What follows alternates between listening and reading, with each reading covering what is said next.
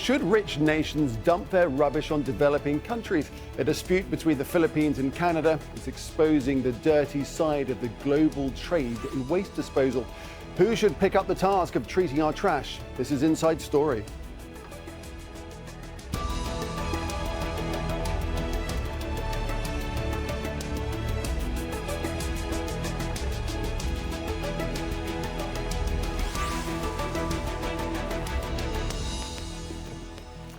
Hello and welcome to the programme. I'm Nick Clark. It's often said that one man's trash is another man's treasure, but that's not how the Philippines sees dozens of shipping containers filled with waste from Canada.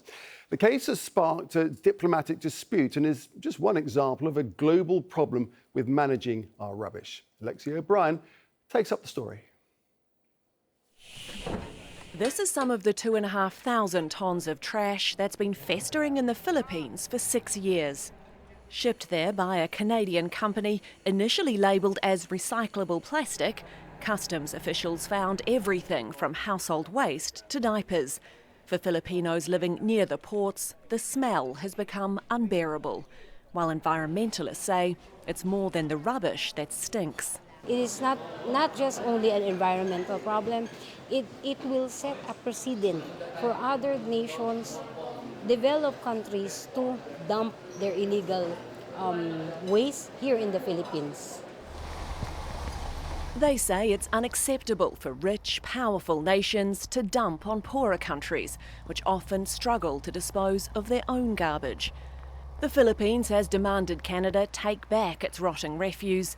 There have been protests, high-level talks, and last week government leaders in Manila recalled the ambassador to Canada after the Canadians failed to meet a deadline for action.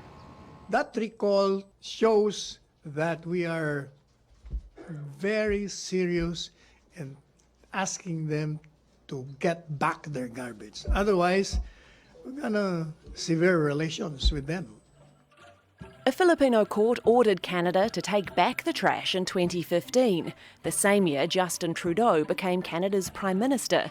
He promised to look into the matter then and in 2017 when he visited Manila. Not enough for the Philippines President Rodrigo Duterte, who's even threatened war. Loaded the containers to a ship and I will advise Canada that your garbage is on the way. Prepare a grand reception. This is an issue that we have been working very closely with officials in the Philippines on over the past months, very hard over the past weeks, and we're going to continue to work on this, and we very much hope to get to a resolution shortly. For activists, though, any resolution is years too late. They say the dumping is not only immoral but illegal, accusing Canada of breaking international rules. Earlier this month, around 180 countries agreed to make the global trade in plastic waste more transparent to protect people and the environment, something the Philippines hopes will work in its favour. Alexia O'Brien for Inside Story. Well, now, the World Bank says around 270 million tonnes of waste is recycled globally every year. And it's estimated that recycling is now worth $200 billion. China once led the global recycling trade, but it banned waste imports 2 years ago because of the environmental threat. And since then, countries such as Malaysia, Thailand, Indonesia and Turkey have been picking up the slack, but they are now concerned about becoming dumping grounds for rich countries. Thailand is imposing a ban by 2021, and the Malaysians are cracking down on garbage imports.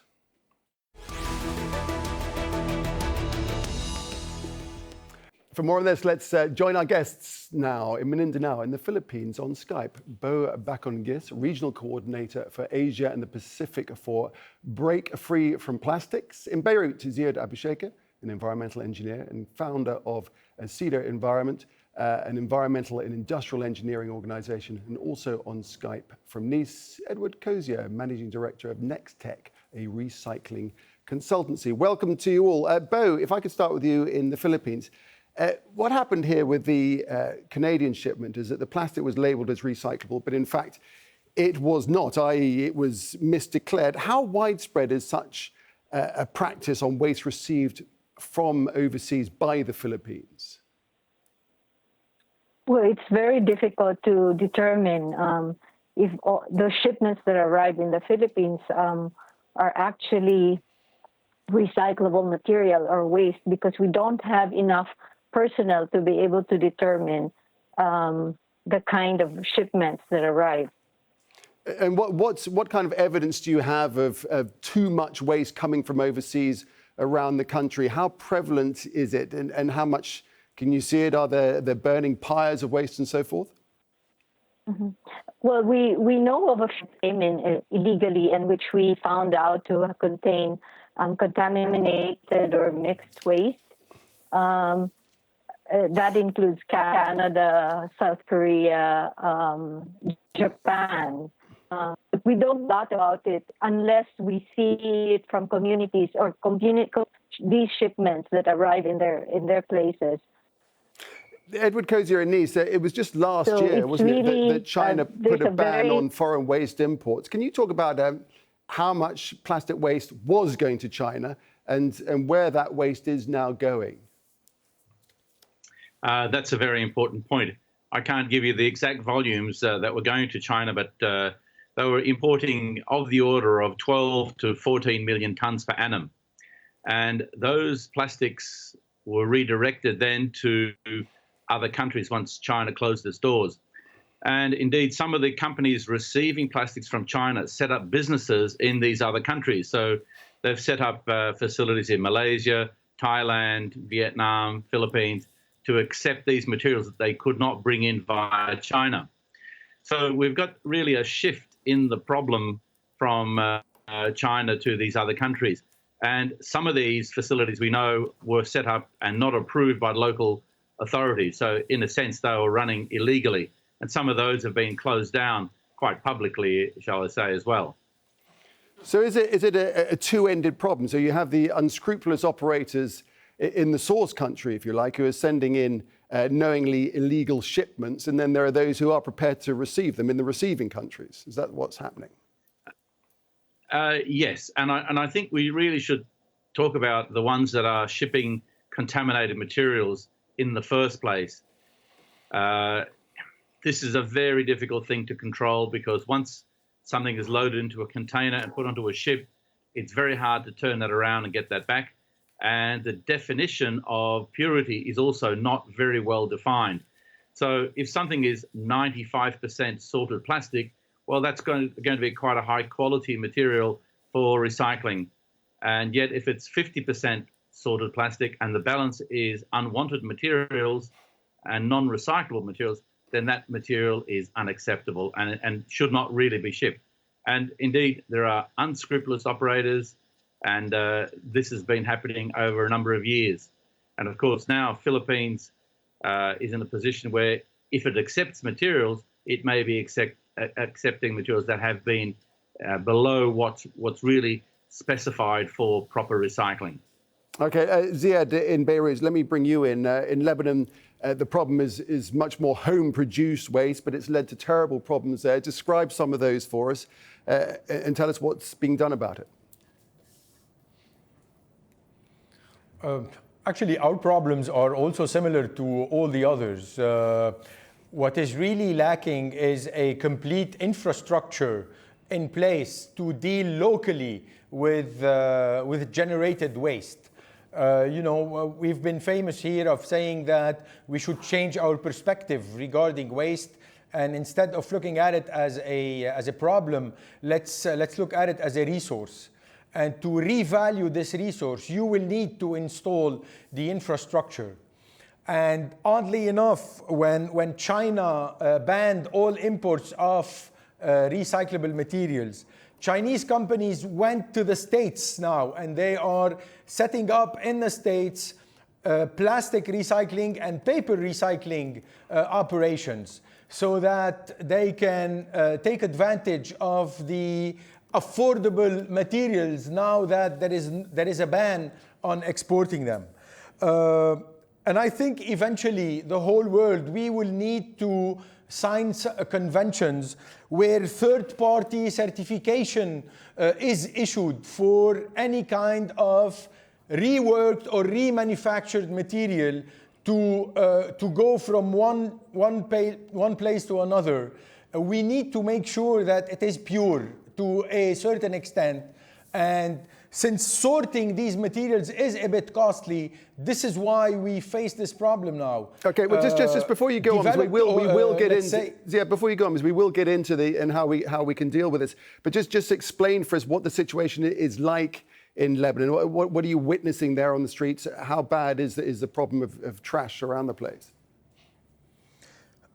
No, the problem is not bad now, since after the crisis, we as a country set up 2 coastal landfills, and now 50% of the waste of the country goes to be landfilled in these 2 coastal landfills. Now, how long can we afford to do that? They say it's about a year or a year and a half. And I'm not sure we already, we're not working on a plan B fast enough to install the infrastructure. So we might see garbage back on the streets probably 2 years from now. Right. So, and Beau, from your point of view, we have this, the Bâle Convention that we were talking about in our film a little bit earlier, which now, just last week, in fact, has been upgraded to add plastic to the convention, which is, it's a treaty that regulates the movement of hazardous materials between countries. How important is that kind of international agreement to stop this kind of dispute that's ongoing between Canada and the Philippines, would you say? I think it's a very significant step forward in terms of dealing with the trade in waste, because now it allows countries to refuse contaminated waste if it's being sent to them. Right, and Edward, the problem with the convention, of course, as you all know, is that I think it's something like 187 countries signed up to it, but not the United States, who are the biggest producer or biggest exporter of waste around the world. What do you make of that?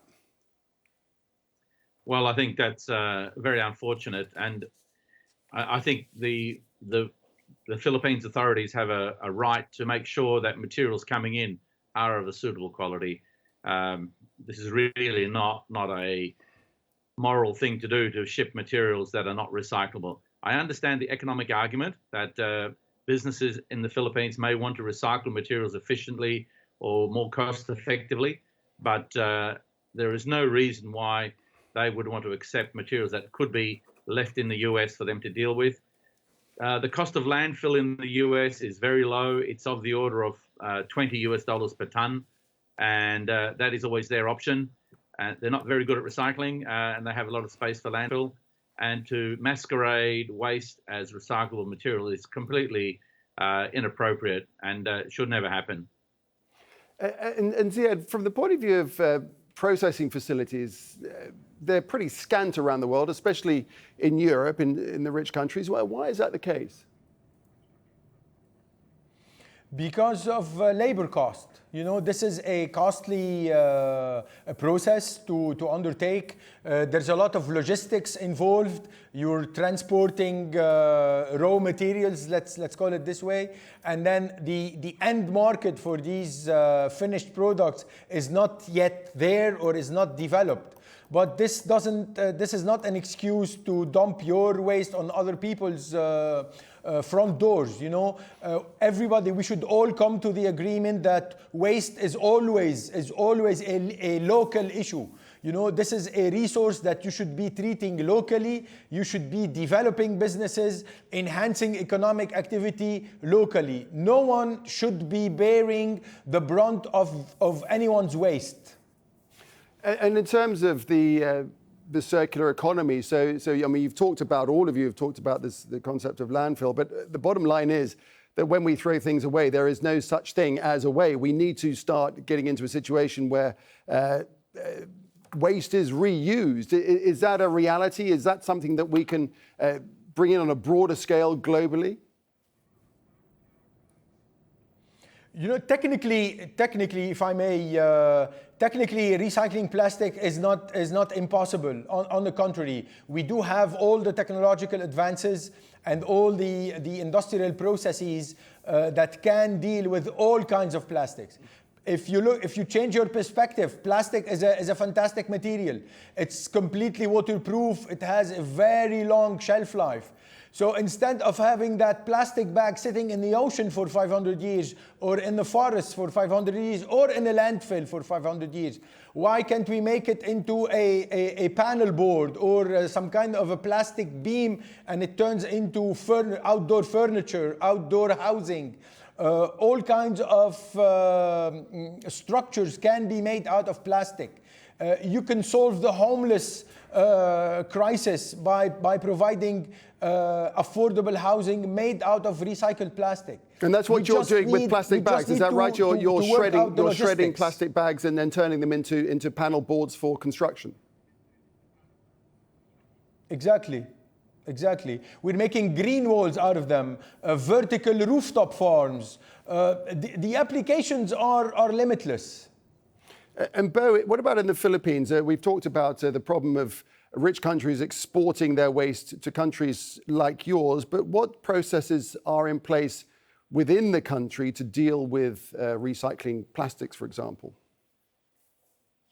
There are very few possibilities for plastic recycling. A lot of it is dirty recycling, and that's why it's problematic. If you look at the report that the Center for International Environmental Law released, it shows that at the different phases of the whole life of plastic, there are always toxic substances that are being emitted. So that's why we doubt very much the efficiency of recycling and using plastic recycling as the way forward. I think we believe that we have to redesign the way we package materials instead of just recycling endlessly all these toxic substances. And are you getting a sense there that there's growing awareness of the problem? Because I can say that here in the Middle East, you buy a packet of chewing gum, you get a giant plastic bag to put it in.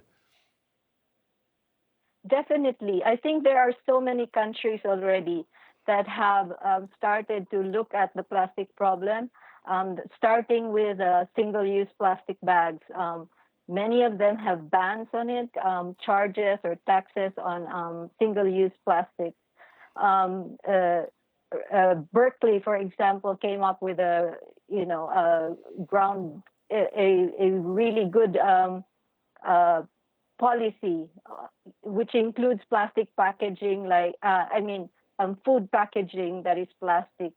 So there are many efforts being done, including not using packaging at all, like refill stations that are being set up and zero waste stores.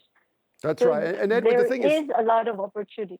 A lot of opportunity, that's right. And Edward, from the individual's point of view, I mean, clearly there's things that they can do, but also when they think they're recycling, but the waste that they are recycling is not being recycled in the way that it should be, people are in fact being ripped off, aren't they? Well, I think I can give you lots of examples where a lot of good recycling is in fact occurring. Nearly all of the large brand owners globally have made new commitments to use recycled plastics back into their existing packaging. And these are very substantial commitments, up to 50% in some cases by 2025, and others to 100%. Now, what's missing is the processing facilities to bridge the gap between where they are now and where they'll be in the future. And I think it's very important to say that post-consumer food packaging is not toxic. It doesn't contain toxic substances. And I think the reference there about toxic. Can I just jump in there? What do you mean by post-consumer food packaging? What does that phrase mean? So if, for example, you have a drink bottle and a consumer's finished with that, well, that's the material that we'd call a post-consumer package. Right. So drink bottles, milk bottles, trays, pots from yogurt and so on, they're all post-consumer packaging. None of those materials are toxic. And it's only specific materials that are flame retardant, like electronics and computers. They may have substances that Beau was referring to. And just to come back to recycling in Europe as an example, it's highly developed. There's a lot of collection, and the infrastructure for recycling is growing. There's more investment I very much like to see what's happening in Lebanon, because they do need to grow their recycling. And I think even there, all the large brand owners have products on the market, and with the right investment, more materials could be taken out of the waste stream and recycled. We know what's happening because we're actually doing this with a number of the large brand owners, and they are very active in pursuing high quality materials. And I think this is the gap. As Beau mentioned, low quality materials can't be recycled, and very often that's what gets sent to the Philippines. But there's a huge demand for high quality materials that can go back into packaging. And there are lots of ways of doing that, as we heard from Lebanon. Yeah, Ziad, in Lebanon, you have ambitious plans there that you've been talking about, but how much, I mean, you need support from the government. How much support are you getting? Not much, actually, but it doesn't matter. You know, this is a purely engineering and economics problem. Like my colleagues have said, you know, we have no other choice, collectively, globally, we have no other choice but to lay down infrastructures for recycling of plastics. And I would like to add as well that plastics plays a huge role in food packaging. And yes, I agree, it is not toxic at all when it comes to food packaging, but also it plays a very important role in making this food affordable. And it can be shipped all over the world and still land at an affordable cost. Let's not get carried away by attacking plastic. You know, there is an issue. It is present in huge amounts, but you know, we don't have an economically viable alternative for it as of now. Okay, you know, there are millions upon millions of people who consume food that comes in plastic packaging. Try taking that away. What's going to happen to the affordability? Will these people be able to afford a decent meal on a daily basis? Beau, what do you think about that? Who is responsible for implementing this change? Is it the consumer? Is it the manufacturer? Or is it governments around the world? Or is it a combination of all three? Yes, well, for us, low or no value plastics should be a responsibility of corporations. They're manufacturing these products, they're packaging them, they're packaging food products and other household products and personal care products in plastic, and a lot of it cannot be recycled. I will have to disagree that a lot of it is recycled. In the statistics that we get from around the world is that only 9% of the material plastic is really recycled. So that we have a long way to go in terms of recycling, and that is why we are asking. And they end up being shipped around the world because these are low value, no value plastic materials, and there's no way that you can recycle it. That's why they're being shipped into poor countries like Malaysia, Indonesia, Philippines, Vietnam, India. And that is why we're asking for new ways of packaging, or even no packaging is an option. All right, do appreciate that. There's plenty more we could discuss on this, but that's as far as we can go on this particular program. Do appreciate your time. All our guests, Beau, Bakon-gis, Ziad Abi-shaker, and Edward Kosior. Thank you very much indeed. And thank you very much indeed for watching. You can see the whole program again anytime by visiting our website, aljazeera.com. And for further discussion, go to our Facebook page. That's facebook.com/AJ Inside Story. You can also join the conversation on Twitter. Our handle is @AJ Inside Story. From me, Nick Clark, and the whole team here, it is goodbye for now.